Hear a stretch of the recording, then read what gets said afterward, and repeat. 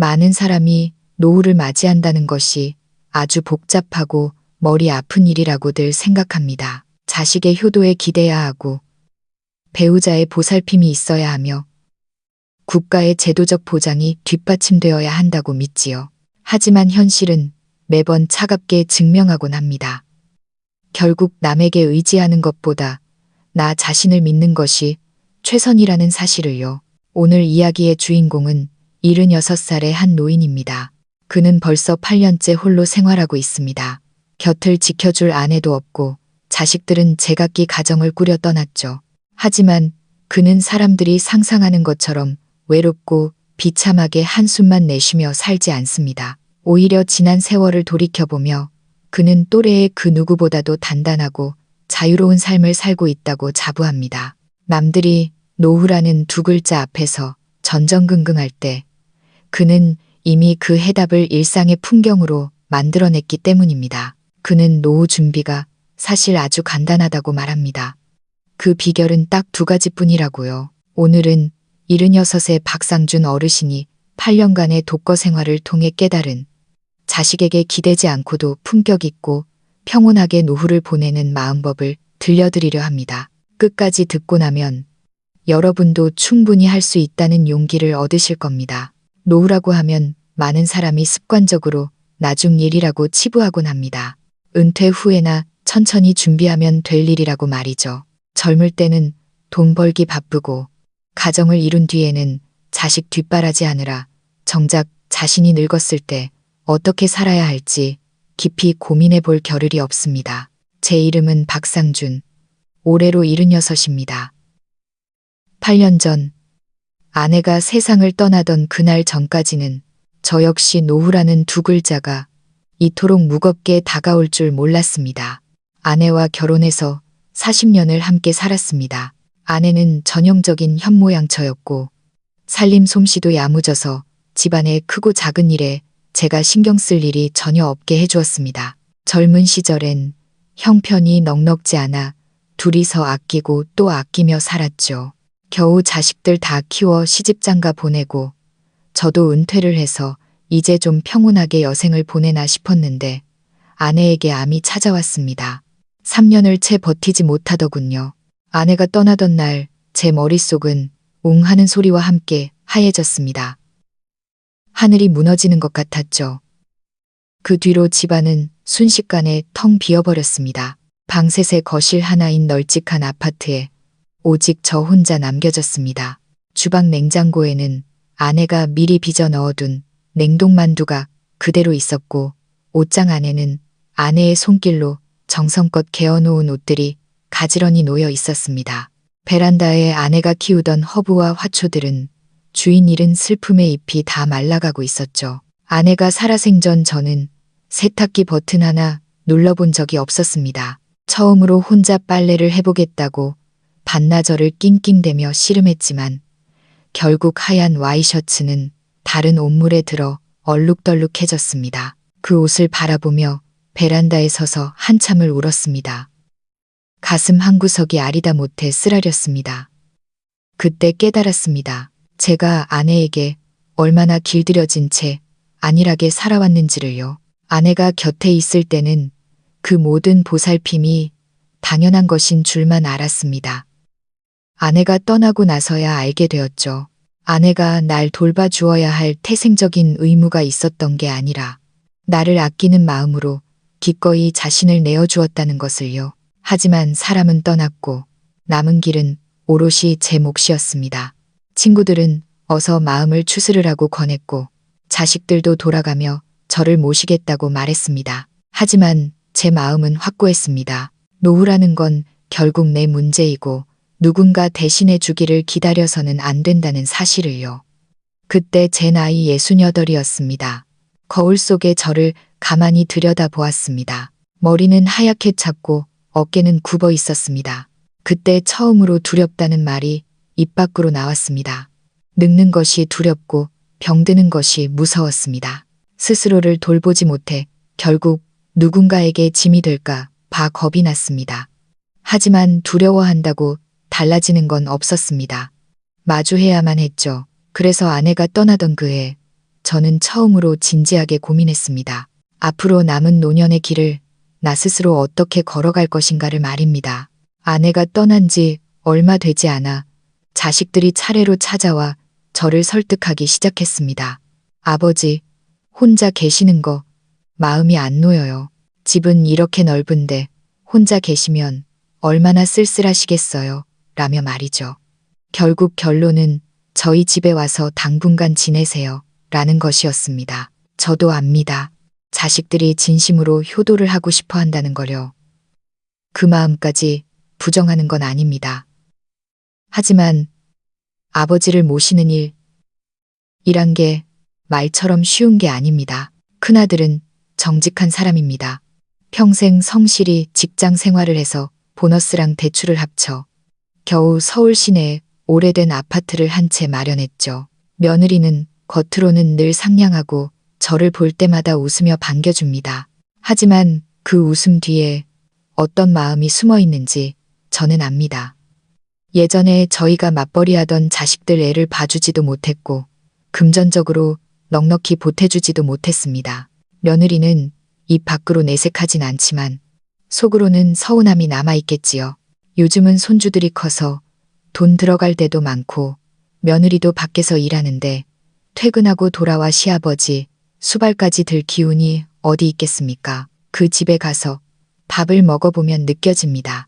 효도는 해야겠지만 제발 짐은 되지 말아달라는 그 팽팽한 긴장감을요. 작은 아들은 형편이 좀 낫습니다. 맞벌이 부부인데 며느리 수입이 아들보다 더 좋아서 그런지 집안의 발언권이 셉니다. 그 집은 유독 규칙이 까다롭습니다. 바닥에 머리카락 하나 떨어진 꼴을 못 보죠. 저처럼 나이 먹어 걸음걸이도 시원찮고 밥 먹을 때 흘리기도 잘하는 노인이 그 집에 들어가 살면 사흘도 안 돼 눈총을 받을 게 뻔했습니다. 자식들은 입을 모아 어서 오시라고 환영한다 말하지만 그건 예의상하는 말이라는 걸 저는 잘 압니다. 제가 가는 건 그들의 삶에 혼란을 주는 일이고 그들의 생활을 불편하게 만드는 일일 뿐입니다. 외동딸도 하나 있습니다. 경기도 외곽으로 시집을 갔는데 사위가 IT 쪽 일을 해서 수입은 안정적입니다만 사람이 참 영악합니다. 기억나는 일이 하나 있습니다. 어느 해 추석 명절이었죠.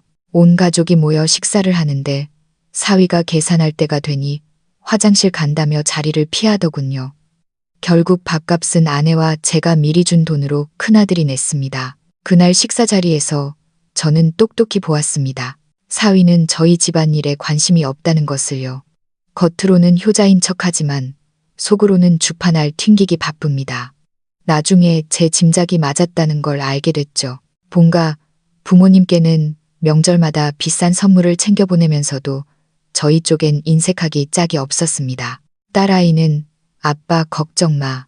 내가 다 챙겨줄게. 라고 말하지만 실제 행동으로 옮기는 건 사위 눈치를 보느라 쉽지 않을 겁니다. 세월을 겪으며 깨달은 게 있습니다. 자식이 효도를 하고 싶어 하는 것과 그 배우자의 태도는 전혀 별개의 문제라는 사실입니다. 남의 집 식구가 된 사람이 속으로 무슨 생각을 하는지는 그 집에 들어가 사는 순간 몸소 느끼게 됩니다. 겉으로는 환대하는 척해도 속으로는 진심으로 반기지 않을 수 있다는 거죠. 하물며 순번제 효도는 더 끔찍합니다. 오늘은 큰아들 집, 내일은 작은아들 집, 모레는 딸네 집, 늙은 아버지가 가방 하나 달랑 들고 짐짝처럼 이 집, 저 집 전전하는 게 무슨 노후입니까? 그건 자식들에게도 저 자신에게도 고역일 뿐입니다. 제가 매달 받는 국민연금과 기초연금을 합쳐 한 250만 원 정도가 됩니다. 자식 집에 들어가 살면 생활비니 대출금이니 하며 아버지 편하실 대로 하세요. 라고 하겠지만 결국엔 아버지도 돈 좀 보태셔야죠. 라는 암묵적인 압박이 올 겁니다. 저는 압니다. 거기 들어가 살게 되면 매달 100, 150만 원은 우습게 나갈 것이고 결국 제 노후 자금은 남김없이 사라질 겁니다. 그렇게 돈은 돈대로 쓰고 눈치는 눈치대로 보며 자식들에게 짐이 되느니 차라리 그 관계가 어색해지기 전에 생각을 접는 게 낫겠다 싶었습니다. 남에게 기대어 사는 노후는 요행이고 스스로 책임지는 노후가 실력입니다. 제가 매정한 사람이어서가 아니라 현실을 직시했기 때문입니다. 자식에겐 자식의 삶이 있습니다. 효심은 있더라도 제 인생까지 포기하며 저를 돌볼 순 없습니다. 그러니 자식에게 희망을 걸기보다 하루라도 빨리 스스로를 돌보는 법을 배워야 했습니다. 그래서 저는 자식들의 호의를 거절했습니다. 가족과 함께하기 싫어서가 아니라 내가 가야 할 길은 결국 나 스스로 걸어가야 한다는 사실을 깨달았기 때문입니다. 솔직히 말씀드리면 처음 혼자 살기 시작했을 때는 정말 견디기 힘들 만큼 괴로웠습니다. 아내가 있을 때는 집안이 늘 북적거렸거든요. 아내는 워낙 사교적이라 동네 사람들이 지나가며 상준 씨네 아주머니 하고 부르면 30분이고 1시간이고 수다를 떨던 사람이었습니다. 아내는 우리 집의 영혼 같은 존재였죠. 그런 사람이 사라지니 집 안의 공기마저 차갑게 내려앉았습니다. 밥은 대충 때우게 되고 일상은 엉망이 됐습니다. 조금만 걸어도 숨이 찼고 밤에는 잡생각 때문에 잠을 이루지 못했습니다. 생각하면 할수록 괴로움만 커졌죠. 하지만 시간이 흐르며 깨달았습니다. 이렇게 무기력하게 무너져서는 안 된다는 것을요. 몸이 무너지면 마음도 따라 무너집니다. 그렇게 되면 스스로 사는 건 고사하고 살아있는 것 자체가 민폐가 되고 맙니다. 스스로 노후를 책임지는 첫 번째 단계는 바로 움직이는 거입니다. 그래서 저는 몇 가지 결심을 했습니다. 첫째, 생활 리듬을 조정했습니다. 매일 아침 6시에 무조건 일어납니다. 전날 잠을 설쳤든 아니든 해가 뜨면 몸을 움직이기로 했습니다. 아침을 챙겨 먹고 바로 밖으로 나가 걷기 시작했습니다. 동네 공원을 3바퀴 정도 도는데 거리로 따지면 3km는 됩니다. 처음엔 익숙지 않아 무릎도 아프고 발바닥도 쑤셨습니다. 마음속으론 수만 번 그만두고 싶었죠. 하지만 나 자신을 다그쳤습니다. 단 한 바퀴를 돌더라도 무조건 나갔습니다. 둘째, 활동에 참여했습니다. 구청 주민센터에서 운영하는 실버 체조 교실에 등록했습니다. 저와 비슷한 연령대의 노인들이 모여 강사의 동작을 따라하며 스트레칭도 하고 경락도 두드립니다. 동작은 느릿느릿해 보여도 30분만 하면 땀이 송골송골 맺힙니다. 무료인데다 집에서도 가까워 게으름 피울 핑계가 없었습니다. 그렇게 조금씩 몸을 움직이다 보니 제 상태가 하루가 다르게 좋아지는 게 느껴졌습니다. 예전엔 3층만 올라가도 숨이 턱 밑까지 차올랐는데 이제는 장을 봐서 들고 오면서도 주변을 한 바퀴 더 돌 힘이 생겼습니다. 밤에는 족욕을 하고 발 마사지를 하며 TV를 보면 마음이 참 편안해집니다. 셋째, 규칙적인 생활 습관을 지켰습니다. 예전엔 밤늦게까지 TV를 보느라 낮에 기운이 없었는데 이제는 밤 9시 반이면 무조건 잠자리에 듭니다. 설령 잠이 오지 않더라도 스마트폰이나 TV는 멀리하고 몸이 휴식에 적응하게 만들었죠. 이 과정에서 뜻밖의 수확도 있었습니다. 마음이 맞는 노인 친구들을 사귀게 된 겁니다. 저처럼 혼자 사는 80살의 김 여사님은 매일 전동 휠체어를 타고 시장에 장을 보러 다니시면서도 내 몸 움직일 수 있을 때까진 남한테 아쉬운 소리 안 할 거야 라며 웃으십니다. 그분의 옛날 고생담을 듣다 보면 제 마음의 짐도 한결 가벼워지는 것 같았습니다. 나 스스로를 책임지는 노후는 겉보기에 차갑고 외로워 보일지 모릅니다. 하지만 직접 몸을 움직여 삶을 마주하기 시작하면 그 과정에서 묘한 성취감을 느끼게 됩니다. 내가 생각보다 나약하지 않다는 걸 깨닫게 되죠. 8년 전에는 밥 한 끼 제대로 못 차리던 제가 이제는 웬만한 살림은 척척 해냅니다. 제가 특별히 잘나서가 아니라 몸이 움직이면 마음의 두려움도 사라진다는 단순한 진리를 깨달았기 때문입니다. 노후를 스스로 책임지는 첫걸음은 돈이 많고 적음이 아니라 내가 내 발로 서서 움직일 수 있느냐에 달려 있습니다. 건강이 뒷받침되어야 그 어떤 계획도 세울 수 있다는 것. 그것이 제가 얻은 가장 값진 교훈입니다. 아내가 세상을 떠나던 해 저희 부부의 예금은 거의 바닥이 났습니다. 3년 동안 아내 병수발을 들며 병원비와 간병비로만 수억 원이 나갔기 때문입니다. 아내를 조금이라도 덜 고통스럽게 해줄 수 있다면 전 재산을 다 써도 아깝지 않다고 생각했습니다. 하지만 사람이 떠나고 나니 돈도 없더군요. 정신을 차려보니 저에겐 매달 들어오는 250만 원 남짓한 연금이 전부였습니다. 아파트 대출은 다 갚았지만 관리비에 식비, 약값까지 생각하면 매달 쪼들리며 살아야 할 판이었습니다. 예전엔 이런 걱정을 안 했습니다. 자식들이 효심이 깊으니 무슨 일이 생기면 알아서 해주겠지 싶었죠. 하지만 막상 닥쳐보니 알겠습니다. 자식들에겐 자식들의 삶이 있고 그들의 효도에는 분명한 한계선이 있다는 것을요. 스스로 노후를 책임지는 두 번째 단계는 바로 주머니 사정을 든든히 하는 것입니다. 떵떵거릴 만큼 큰 부자는 아니더라도 내 마음이 안심될 정도의 비상금은 있어야 합니다. 나중에 정말 몸이 안 좋아졌을 때 누군가에게 손 벌리지 않고 간병인을 쓰거나 좋은 시설에 들어갈 수 있을 정도의 돈 말입니다. 그래야 비참해지지 않습니다. 그래서 저는 봉투 저축법을 시작했습니다. 아주 간단합니다. 봉투 10개를 준비해서 박상준 2024년 노후자금, 박상준 2025년 노후자금 이런 식으로 연도를 적어둡니다. 그리고 매달 연금에서 생활비를 아껴서 무조건 80만 원씩은 저금했습니다. 대단한 액수는 아닐지 모르지만 낙숫물이 바위를 뚫듯 시간이 지나면 큰 돈이 됩니다.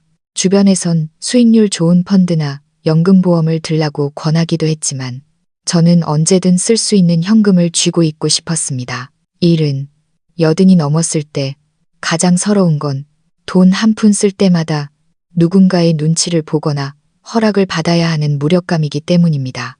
계산을 해보았습니다. 앞으로 10년 동안 매년 1,000만 원씩 모으면 1억 원이 됩니다. 요즘 시세로 주간 보호센터 비용이나 긴급 간병비로 쓰기에 부족함이 없는 액수죠. 내 몸이 허락하는 한 공동체 돌봄 서비스를 이용하며 버티다가 정말 거동이 불편해지면 그 돈이 저의 마지막 방어선이 되어줄 겁니다. 물론 최후의 보루도 남겨두었습니다. 바로 지금 살고 있는 집입니다.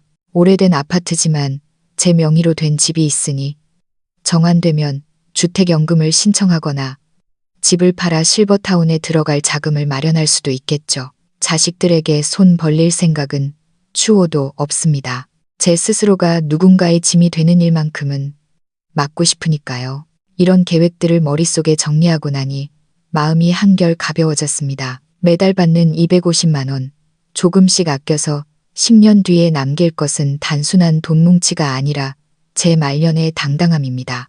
노후를 스스로 책임진다는 것은 누구에게 집 사주고 차 사달라고 하는 게 아니라 내 주머니에 언제든 꺼내 쓸 수 있는 생명줄 같은 돈이 있느냐의 문제입니다. 그리고 그 돈은 오직 나 자신이 미리 준비하고 아껴야만 만들 수 있습니다. 시간이 참 빠릅니다. 눈 깜짝할 사이에 76이 되었네요. 68에 아내를 보내고 홀로 살기 시작한 지 벌써 8년입니다. 대단히 화려한 삶은 아니었지만 그렇다고 상상했던 것처럼 처량하지도 않았습니다. 돌이켜보면 저는 이 한 문장을 온몸으로 믿게 되었습니다. 노후에 남에게 기대는 것은 요행이지만 스스로 일어서는 것은 실력이다. 사람들은 독거노인이라는 단어를 들으면 외로움과 쓸쓸함, 불쌍한 이미지를 먼저 떠올립니다. 하지만 직접 겪어본 사람은 압니다. 외로움보다 더 무서운 건 스스로 아무것도 할 수 없는 무력함이라는 것을요. 8년 전에 저는 세탁기 작동법도 몰랐고 공과금 납부도 자식들에게 물어봐야 했습니다. 하지만 지금의 저는 스마트폰으로 공과금을 내고 택배를 보내고 필요한 복지 서비스가 무엇인지 직접 찾아봅니다. 제가 똑똑해서가 아니라 남에게 의존하면 결국 손해보는 건 나 자신이라는 사실을 뼈저리게 알기 때문입니다. 제 주변에도 비슷한 연령대의 친구들이 많지만 그들의 삶은 천차만별입니다. 예전 직장 동료였던 김 씨는 젊을 때 집안도 좋았고 자식들도 다들 성공했습니다. 하지만 평생을 자식들에게만 의지하며 살았죠.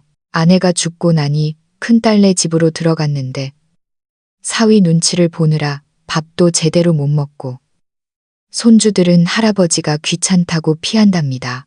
본인은 내가 어른인데 당연히 대접받아야지 라고 생각하지만 현실은 감옥 같은 나날의 연속이죠. 그러다 병이라도 나면 자식들끼리 서로 모시기 싫다고 미루다가 결국 자기 돈으로 간병인을 쓰고서야 상황이 정리되더군요. 그 모습을 보며 참 안타까웠지만 한편으론 제 선택이 옳았다는 확신이 들었습니다. 스스로를 책임지는 노후는 겉으론 차가워 보여도 사실 가장 따뜻한 삶의 방식입니다.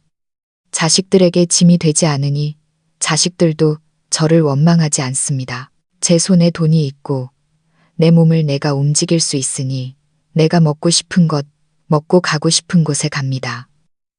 그것이야말로 진정한 자유 아니겠습니까? 저는 8년 동안 매일 공원을 걸었습니다. 그 30분이 별거 아닌 것 같아도 걷다 보면 몸이 달라집니다.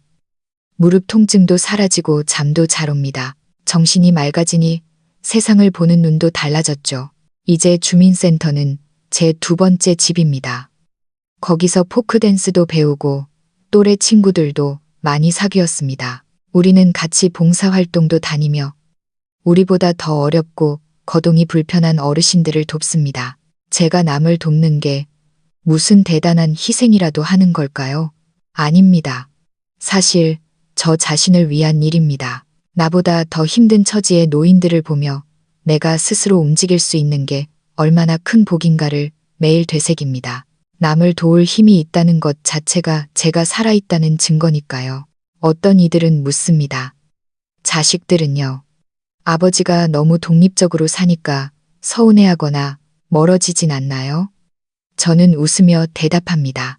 자식들은 시간이 나면 여전히 찾아와 함께 밥도 먹고 모임도 가집니다. 다만 예전에는 제가 자식들이 날 챙겨야 한다고 생각했다면 이제는 와주면 고맙고 아니면 말고라는 마음입니다. 그들이 오는 건 제가 누리는 보너스 같은 축복이지 당연한 권리가 아니라고 생각하니까요. 한 번은 작은 딸이 손주를 데리고 와서 밥을 먹는데 손주가 그러더군요. 할아버지는 왜 안 늙어요? 우리 아빠보다 더 힘이 넘치시는 것 같아요. 그 말을 듣는데 가슴 한구석이 얼마나 뿌듯했는지 모릅니다. 그 어떤 효도보다도 따뜻한 위로였습니다. 스스로 책임지는 노후는 자식과 인연을 끊는 게 아니라 관계를 훨씬 가볍고 편안하게 만드는 일입니다. 의존과 기대라는 무거운 짐을 내려놓으니 그 자리에 순수한 가족애가 싹 트더군요. 물론 저라고 위험이 없는 건 아닙니다. 늙으면 언제 어디서 무슨 일이 생길지 아무도 모르죠. 그래서 저는 시간을 내어 제가 복지 서비스나 주간 보호센터 정보를 미리 알아두었습니다. 근처 복지관, 연락처도 늘 챙겨두고요. 만약 나중에 다리가 정말 안 좋아지더라도 당황하지 않고 대처할 수 있도록 후순위 계획을 세워둔 겁니다. 집도 몇 년 전에 살짝 손을 보았습니다. 바닥엔 미끄럼 방지 타일을 깔고 화욕실에는 안전 손잡이를 달았습니다. 주방 가스레인지는 인덕션으로 바꿨죠. 최대한 안전하고 관리하기 편한 환경을 만든 겁니다. 이 모든 것이 미래를 위한 준비입니다. 그리고 매달 채워 넣는 노후 자금 봉투. 새로운 봉투에 돈을 넣을 때마다 제 마음의 기둥이 하나 더 세워지는 기분입니다. 이 작은 돈이 저에겐 주도권입니다. 나중에 정말 도움이 필요할 때 자식들 앞에서 고개 숙이며 비굴해지지 않고 당당하게 제 비용을 지불하며 돌봄을 받을 수 있는 힘이죠. 저는 자식들을 못 믿는 게 아닙니다. 다만 제 노년의 존엄성을 타인의 선의에만 걸고 싶지 않을 뿐입니다. 8년 전에 저는 고독과 무기력이 두려웠지만 8년이 지난 지금은 압니다. 진정한 의지처는 남이 아니라 바로 나 자신이라는 것을요. 몸을 움직이고 마음을 열고 주머니를 든든히 하면 노후는 생각보다 단순하고 명쾌해집니다. 지난 8년, 대단한 성취는 없었지만 제 노년을 스스로의 힘으로 질서 있게 꾸려왔다는 사실만으로도 저는 승리자라고 생각합니다. 스스로를 책임지는 노후는 등 떠밀려 하는 선택이 아니라 가장 실질적이고 안심되는 최선의 선택입니다. 76살인 제가 얻은 가장 큰 수확이 무엇이냐 묻는다면 저는 주저없이 말하겠습니다. 돈도 집도 아닙니다. 바로 나 스스로를 지탱하는 법을 배웠다는 사실입니다. 많은 노인이 평생을 자식과 가정을 위해 헌신하며 삽니다. 그러다 보니 정작 노년이 되었을 때 자신을 위해 사는 법을 잊어버리곤 하죠. 젊을 때는 자식 공부시키고 집 사주느라 아꼈는데 이제 자식들 제 앞가림하고 나니 정작 나를 보러 올 시간이 있는지 기운이 있는지는 그들의 사정에 달린 일이 되어버렸습니다. 그들이 불효해서가 아닙니다. 시대가 변했고 삶의 속도가 달라졌을 뿐입니다. 예전 어른들은 자식 농사 잘 지어 노후 보장받는다고 했지만 현실은 이미 우리에게 답을 주었습니다. 남에게 기대면 기대할수록 비참해질 뿐이라는 것을요. 65살이 넘었다면 반드시 배워야 할 한 가지가 있습니다. 바로 무슨 일이든 나 스스로를 먼저 믿는 것입니다. 기대가 실망으로 바뀌게 두지 마세요. 저는 주변에서 수많은 노인을 봅니다. 입으로는 괜찮다면서도 속으로는 자식들이 돌아가며 모셔주길 바라고 용돈이라도 더 주길 기다리다. 결국 서운함만 쌓여가는 분들이 많습니다. 결국 관계는 더 멀어지고 본인만 위축되죠. 반면 스스로 서 있는 노인들이 훨씬 더 자유롭고 즐겁게 지내는 걸 보셨을 겁니다. 그분들이 독해서가 아닙니다. 자식에겐 자식의 가정이 있고 나에겐 나의 여생이 있다는 사실을 일찌감치 깨달았기 때문입니다. 천류는 구걸에서 유지되는 게 아니라 서로를 존중할 때 빛나는 법입니다. 8년의 독거 생활을 통해 제가 꼭 전하고 싶은 3가지 마음가짐이 있습니다. 첫째, 자식의 짐이 되지 마십시오. 자식이 불효해서가 아니라 그들도 자기 삶을 사느라 숨이 턱 끝까지 차 있습니다. 나 며칠만 가 있을게. 라는 그 한마디가 그들의 일상과 심리적 균형을 깨뜨릴 수 있습니다. 내가 나를 돌볼 수 있을 때 자식과의 관계도 건강해집니다. 억지로 곁에 두려 하지 마세요. 평소에 나누는 안부 전화 한 통, 가끔 모여 먹는 따뜻한 밥 한 끼가 오히려 더 깊은 온기로 남을 겁니다. 둘째, 나만의 경제적 기반을 갖추십시오. 매달 받는 연금이 적다고 무시하지 마세요. 움직일 수 있을 때 조금씩 아껴서 비상금을 만드십시오. 그 돈은 자식의 나중에 잘해드릴게요. 라는 말보다 100배는 더 든든한 버팀목이 됩니다. 노인은 자신을 위해 돈을 쓸 줄 알아야 합니다. 자식에게 물려줄 생각만 하지 말고 자신을 위해 고기를 사고 편안한 신발을 사십시오. 지금 아껴둔 돈이 나중에 정말 필요할 때 자식이 내줄 수 있다는 보장은 어디에도 없습니다. 셋째, 마음가짐이 노후의 질을 결정합니다. 늙으면 외로운 건 당연한 겁니다. 자식도 친구도 24시간 내 곁에 있을 순 없습니다. 하지만 외롭다고 해서 비참해질 필요는 없습니다. 밖으로 나가 사람들을 만나고 새로운 것을 배우는데 주저하지 마세요. 스마트폰으로 송금하고 쇼핑하고 손주와 영상 통화하는 법을 배우니 세상이 참 편리해지더군요. 시대를 따라가려 노력하고 몸을 움직이면 여든이 되어도 제법 근사한 인생을 살 수 있습니다. 어떤 이들은 묻습니다. 혼자 있다가 쓰러지면 어떡해요? 두렵지 않느냐고요. 당연히 두렵습니다. 하지만 두려워만 한다고 해결되는 건 없습니다. 대비를 해야죠. 화장실에 손잡이를 달고 비상 연락망을 챙기고 이웃과 왕래하며 서로를 살피는 것, 그것이 두려움을 이기는 방법입니다. 미리 준비된 마음엔 불안이 끼어들 자리가 없습니다. 저는 76입니다. 제가 대단히 강하거나 잘나서 이렇게 사는 게 아닙니다. 그저 나 자신을 잘 대접하며 살기로 선택했을 뿐입니다. 스스로를 책임지는 노후는 차가운 외면이 아니라 사랑하는 이들에게 짐을 지우지 않겠다는 가장 깊은 배려이자 품격 있는 선택입니다. 그러니 65살이 넘은 여러분, 제게 약속해 주십시오. 자식이 나에게 무엇을 해줄까를 고민하기 전에 내가 나를 어떻게 돌볼까를 먼저 물어봐 주겠다고요. 젊은 시절 고생해서 자식들 키워냈으니 보상받고 싶은 마음은 충분히 이해합니다. 하지만 지금은 시대가 달라졌습니다. 효도가 점점 더 어려운 세상이 되었습니다. 노년의 가장 영리한 선택은 기대를 접고 나를 세우는 것입니다. 딱 두 가지만 기억하십시오. 건강한 몸과 든든한 내 주머니, 움직일 수 있을 때 걷고 쓸 수 있는 돈을 미리 준비하십시오. 그것이 여러분의 존엄성을 지켜줄 유일한 길입니다. 내가 당당하고 경제적으로 독립되어 있을 때 자식이 찾아오는 건 순수한 기쁨이 됩니다. 자식이 바빠 못 오더라도 나 스스로 평온하게 일상을 꾸릴 수 있다면 그것으로 충분합니다. 이것이야말로 가장 이상적이고 아름다운 노후의 모습이 아닐까요? 오늘 제 이야기를 들으며 어떤 생각이 드셨나요? 여러분도 비슷한 고민을 해보신 적이 있나요?